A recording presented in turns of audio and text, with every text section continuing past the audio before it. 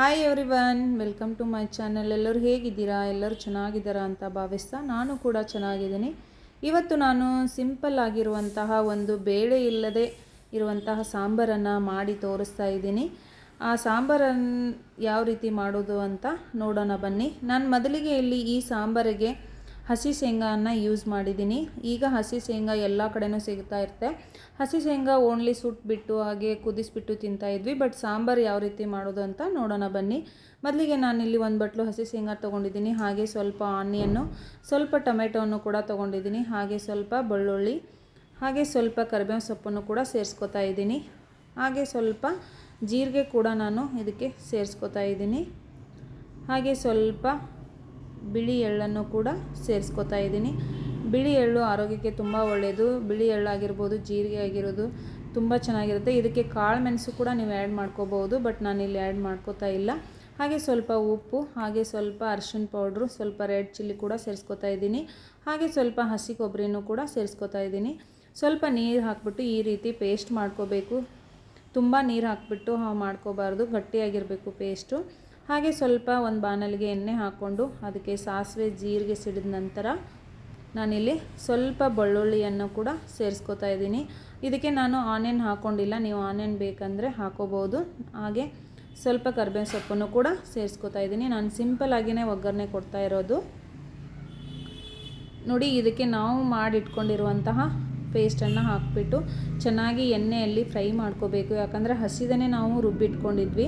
ಇದು ಎಣ್ಣೆಯಲ್ಲಿ ಚೆನ್ನಾಗಿ ಫ್ರೈ ಆದರೆ ಸಾಂಬಾರಂತೂ ತುಂಬ ಚೆನ್ನಾಗಿ ಬರುತ್ತೆ. ಅದಕ್ಕೋಸ್ಕರ ಲೋ ಫ್ಲೇಮಲ್ಲಿ ಇಟ್ಕೊಂಡು ಈ ರೀತಿ ಅದನ್ನು ಚೆನ್ನಾಗಿ ಕೈ ಆಡಿಸ್ತಾನೆ ಇರಬೇಕು. ಸೀದು ಹೋಗಬಾರ್ದು. ಸೀದು ಹೋಗಿದ್ರೆ ಟೇಸ್ಟ್ ಎಲ್ಲ ಹಾಳಾಗುತ್ತೆ, ಸಾಂಬಾರು ಚೆನ್ನಾಗಿ ಬರಲ್ಲ.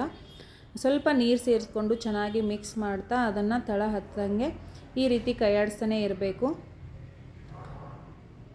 ನೋಡಿ, ಇದಕ್ಕೆ ಸ್ವಲ್ಪ ನಾನು ರೆಡ್ ಚಿಲ್ಲಿ ಪೌಡ್ರು ಹಾಗೆ ಸ್ವಲ್ಪ ಉಪ್ಪನ್ನು ಕೂಡ ಸೇರಿಸ್ಕೊತಾ ಇದ್ದೀನಿ. ಮೊದಲಿಗೆ ಸ್ವಲ್ಪ ರೆಡ್ ಚಿಲ್ಲಿ ಮತ್ತು ಉಪ್ಪನ್ನು ಸೇರಿಸ್ಕೊಂಡಿರೋದ್ರಿಂದ ನೀವು ಟೇಸ್ಟ್ಗೆ ತಕ್ಕಂಗೆ ನೋಡಿಕೊಂಡು ಉಪ್ಪು ಖಾರನ ಸೇರಿಸ್ಕೋಬೋದು. ನಾನು ಈ ಸಾಂಬಾರಿಗೆ ನಾನು ಯಾವುದೇ ಮಸಾಲೆಗಳನ್ನು ಯೂಸ್ ಮಾಡಿಲ್ಲ. ಸಿಂಪಲ್ಲಾಗಿ ಆದರೂ ಕೂಡ ಟೇಸ್ಟು ತುಂಬ ಚೆನ್ನಾಗಿ ಬಂದಿದೆ. ನಿಮ್ಗೆ ಯಾವುದಾದ್ರೂ ಮಸಾಲೆ ಸೇರಿಸ್ಕೋಬೇಕಾದ್ರೆ ಸೇರಿಸ್ಕೊಂಡು ಮಾಡ್ಕೋಬೋದು. ನಾನಿಲ್ಲಿ ಮಕ್ಕಳು ತಿಂತಾರಂತ ಹಾಗೆ ಸಿಂಪಲ್ಲಾಗಿ ಮಾಡಿದ್ದೀನಿ. ನೋಡಿ, ಕ್ವಾಂಟಿಟಿ ನೋಡಿಕೊಂಡು ನೀರು ಸೇರಿಸ್ಕೋಬೇಕು. ತುಂಬ ನೀರನ್ನು ಸೇರಿಸ್ಕೋಬಾರ್ದು, ತುಂಬ ಗಟ್ಟಿನೂ ಆಗಬಾರ್ದು, ಆ ರೀತಿ ಮಾಡ್ಕೋಬೇಕು.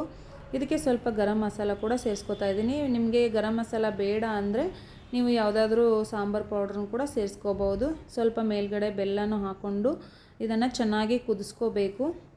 ಇದು ರಾಗಿ ಮುದ್ದೆಗಾಗಿರ್ಬೋದು, ಸಾಂಬಾರಿಗಾಗಿ, ಇದು ಅನ್ನಕ್ಕಾಗಿರ್ಬೋದು, ಸಾಂಬಾರಂತೂ ತುಂಬ ಚೆನ್ನಾಗಿರುತ್ತೆ. ಸ್ವಲ್ಪ ಗಟ್ಟಿ ಮಾಡಿಕೊಂಡ್ರೆ ಪೂರಿಗೂ ಕೂಡ ಚೆನ್ನಾಗಿರುತ್ತೆ. ಹಾಗೆ ರೊಟ್ಟಿ ಚಪಾತಿಗೂ ಕೂಡ ಚೆನ್ನಾಗಿರುತ್ತೆ. ಮೇಲ್ಗಡೆ ಸ್ವಲ್ಪ ಕೊತ್ತಂಬರಿ ಸೊಪ್ಪನ್ನು ಸೇರಿಸ್ಬಿಟ್ರೆ ಸಾಂಬಾರು ರೆಡಿ ಆಯಿತು. ಇದಕ್ಕೆ ಯಾವುದೇ ಬೇಳೆಯನ್ನು ನಾನು ಯೂಸ್ ಮಾಡಿಲ್ಲ. ಬರೀ ಹಸಿ ಶೇಂಗಾ, ಕೊಬ್ಬರಿ ಈ ರೀತಿ ಹಾಕ್ಬಿಟ್ಟು ಚೆನ್ನಾಗಿ ಕುದಿಸ್ಬಿಟ್ರೆ ಸಾಂಬಾರು ರೆಡಿ ಆಗುತ್ತೆ. ಸಿಂಪಲ್ ಆಗಿದ್ದರೂ ಕೂಡ ಟೇಸ್ಟ್ ಚೆನ್ನಾಗಿರುತ್ತೆ. ಹಸಿ ಶೇಂಗಾ ಎಷ್ಟು ತಿನ್ನೋಕ್ಕೆ ಚೆನ್ನಾಗಿರುತ್ತೆ, ಹಾಗೆ ಸಾಂಬಾರು ಕೂಡ ಅಷ್ಟೇ ಚೆನ್ನಾಗಿರುತ್ತೆ. ನೀವು ಒಂದು ಸಲ ಟ್ರೈ ಮಾಡಿ ಅಂತ ಹೇಳ್ತಾ, ಈ ರೆಸಿಪಿ ನಿಮ್ಗೆ ಇಷ್ಟ ಆದರೆ ಫ್ಯಾಮಿಲಿ ಫ್ರೆಂಡ್ಸ್ಗೆ ಶೇರ್ ಮಾಡಿ. ಲೈಕ್, ಶೇರ್, ಕಮೆಂಟ್ ಮಾಡೋದನ್ನು ಮಾತ್ರ ಮರಿಬೇಡಿ. ನೋಡಿ, ನಾನಿಲ್ಲಿ ಸರ್ವ್ ಮಾಡ್ತಾಯಿದ್ದೀನಿ ಬಿಸಿ ಅನ್ನದ ಜೊತೆ ತುಪ್ಪ ಹಾಕಿಬಿಟ್ಟು. ತುಂಬ ಚೆನ್ನಾಗಿರುತ್ತೆ.